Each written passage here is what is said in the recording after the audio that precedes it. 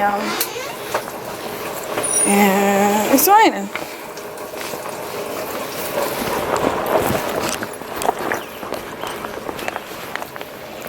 So I'm on my way to work.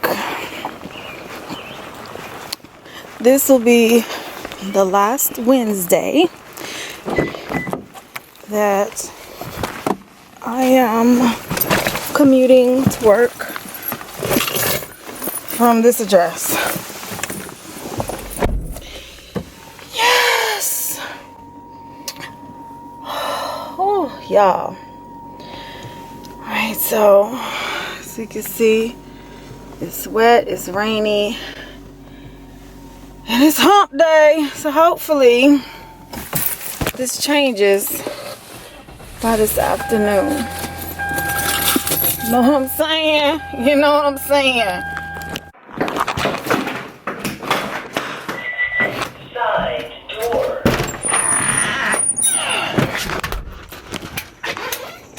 Alright. Good morning. Oh yes. What's today? Today's Thursday. And about to do. Got a fresh haircut, as y'all can say. Today I have a class at work that I'm excited about, and that is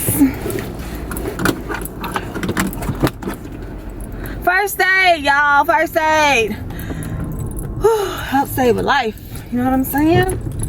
Cause y'all, I'll be honest with y'all,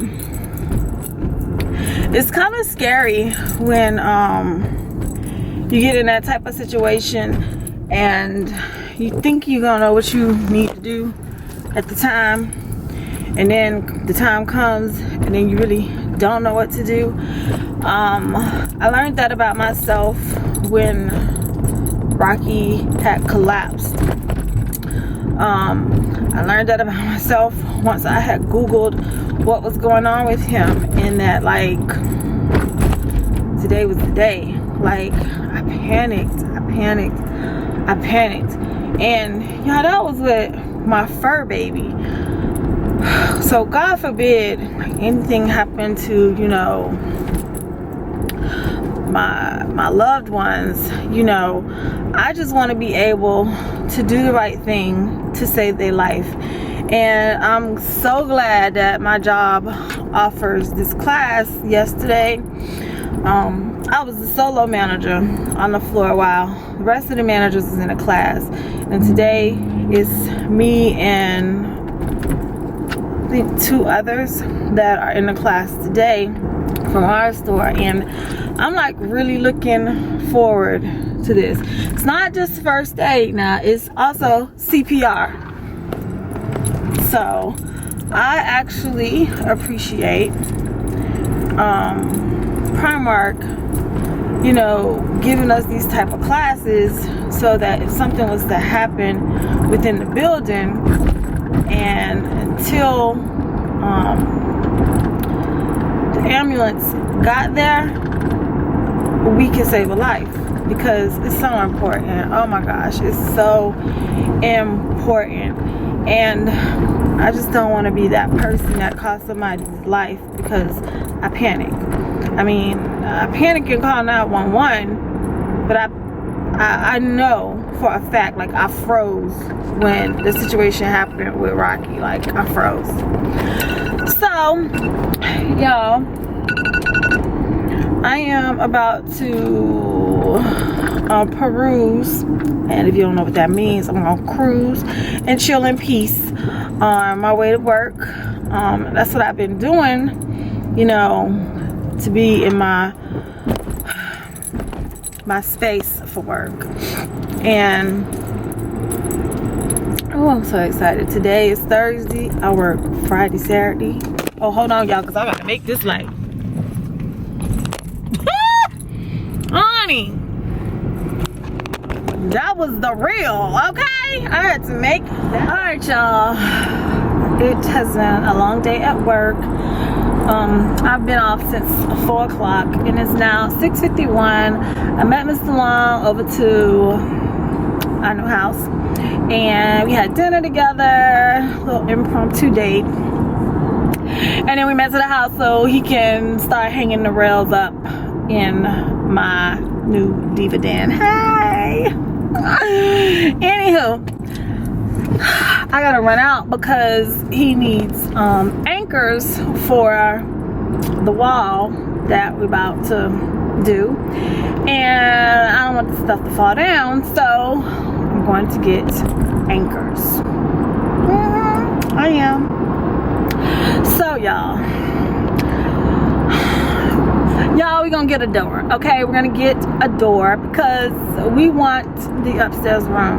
Some of y'all is making suggestions about giving Jada or Jazz the master bedroom, which one, the one that's gonna be my beauty room.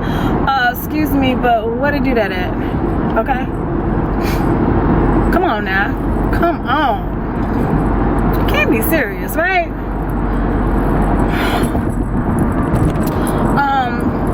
Last time I checked, you gotta go into that. If you know, you know. That's all I got to say. But that's not happening, alright? Anywho, we is one happy family under one roof, and I'm just making everybody comfortable. Jada is getting a loft bed, and Jazz, she don't know what she's doing yet.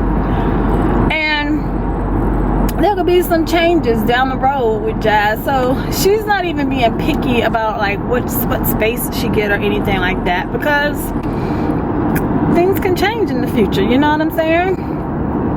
So enough about that. We're getting a door and we want the loft room.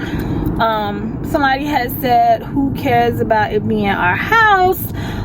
We can be considerate towards them. Like I said, we getting a door, okay? We are. We're gonna get a door.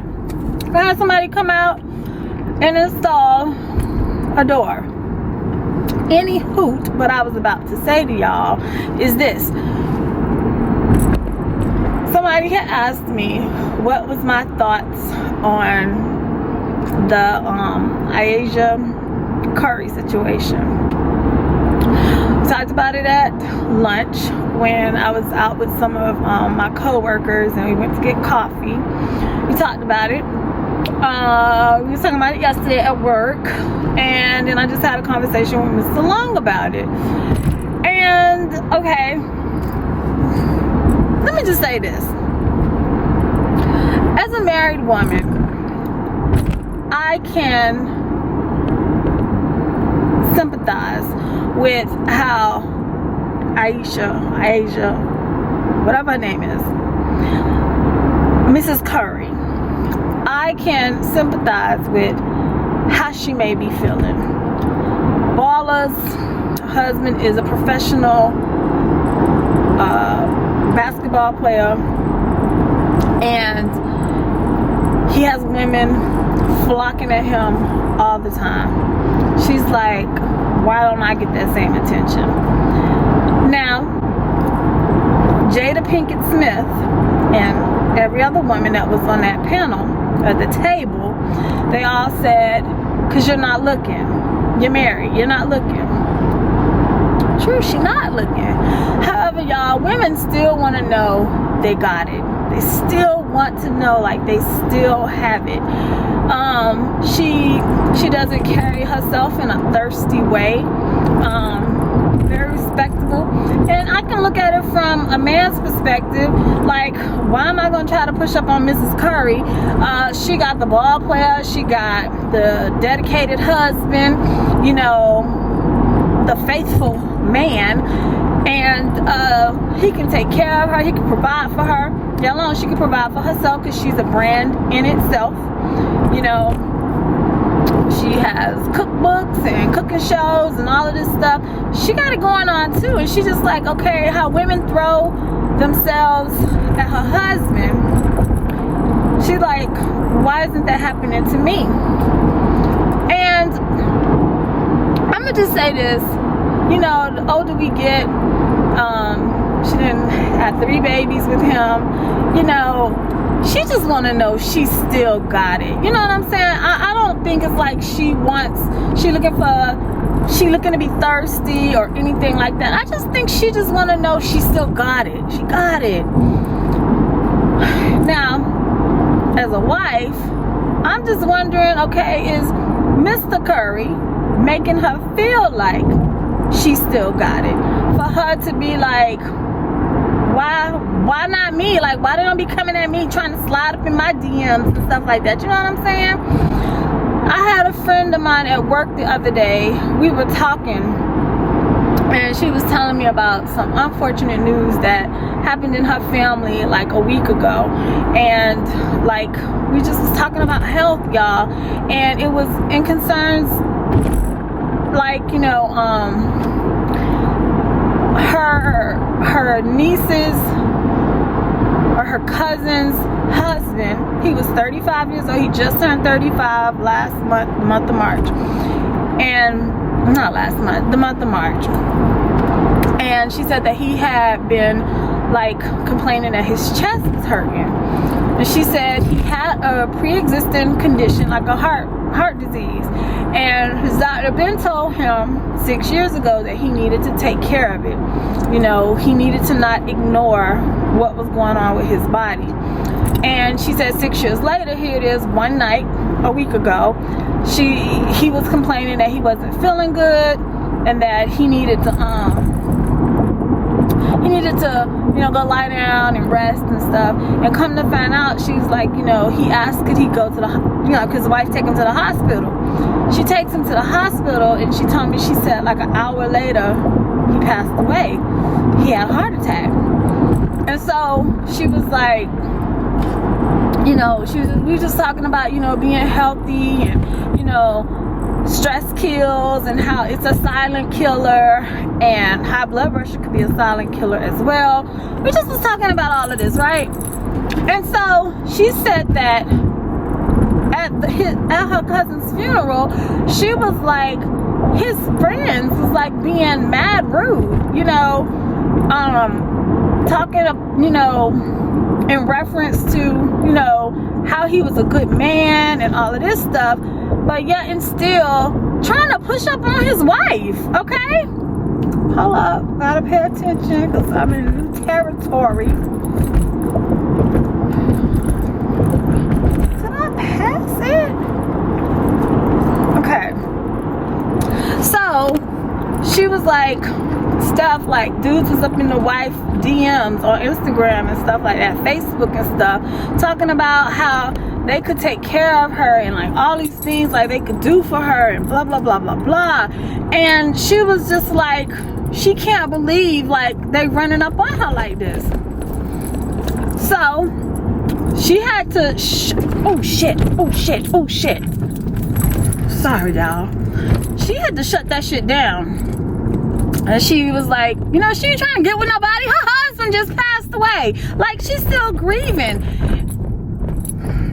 She was like, it was like mad rude and disrespectful. And I totally agree. Now, I ain't gonna be trying to holler at none of my husband's friends. And I would hope my husband's friends wouldn't even be like trying to try me like that, okay? If you had any ounce of respect for my husband, like, don't, okay? And the reason I bring this up, the wife ain't being thirsty, yet she still, no, she got it because of how these men is coming at her. Y'all, we live in a jacked up world, and sometimes you don't know who for you and who not. You know what I'm saying?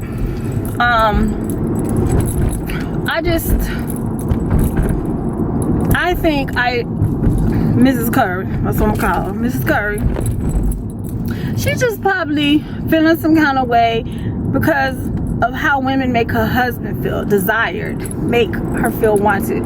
And I think when you've been with a man for so long, you just still want to know you got it. I mean, he could be letting her know she still have it. However, she want to see if she still got it when it comes to somebody. Oh man, this GPS just jacking me all the way up, okay? All the way. I ain't trying to go to Lowe's movie theater. I'm trying to go to Lowe's home place, okay? Damn. Ah. Anywho, y'all, I just think she just want to know she still got it, pretty much. I'm not saying I think it's right, and I'm not going to say I think it's wrong. You know, we all go through these phases, and I even think men go through them too. They call it a midlife crisis. You know, that's what they call. You know, they start losing their mind, and they want to do things that normally they wouldn't do. However, it's when they want fancy cars, sporty cars, they want to color and fill in their bald spots and stuff like that. They want to put on lace front, you know, beards and stuff. They're trying to like recapture their youth. And is it wrong? I don't think it's wrong. To each its own. Like I said, midlife crises. Women go through them too. I'm a firm believer of that. And I was telling y'all about earlier because y'all, I had to tell my friends, I'm like, I don't flirt. I don't flirt. I could be oblivious to a man actually trying to flirt with me because I ain't looking. I'm not interested. Yet, I do know I still got it. I do have men approach me, comment, say things. However, I just believe in kindly letting them down and letting them know I'm taken, and I ain't on the market to be trying to have no side dudes, okay? I just believe when you start doing stuff like that and you claim you're in a happy marriage, you just inviting the devil in. And I'm sorry, but the only third party in my marriage, his name is G-O-D, and he has all say in my marriage, okay? And nobody else. So she going through a midlife crisis. Do y'all think it's possible for women to go through a midlife crisis just like men do? I think it is. I think it's possible. I think it happens. We start wanting to just do everything, I guess, that we never thought or I think we just started doing things that we always wanted to do. However, now we're going to use age as an excuse to do it. What's your thoughts? What y'all think? You know, it's a discussion. It is. Do y'all think she wrong for wanting that attention? What's your thoughts on Mrs. Curry? I'm telling you, for Mrs. Long, and this is just my view. To each its own. And to me, as long as her husband is keeping her feeling like she is that chick, like Beyonce said. Mama taught me, like my mama taught me a good home training. My daddy taught me how to love my haters. My sister told me I should speak my mind. Man, make me feel so goddamn fine. You wake up flawless, post up flawless, ride around and I'm flawless, tossing up, I'm flawless. This is diamond, flawless. This diamond, flawless. There's a rock, flawless. There's a rock, flawless. I woke up like this. I woke up like this, flawless. Y'all, you know, when you listen to it like that, your man should always make you feel that damn fine. For real.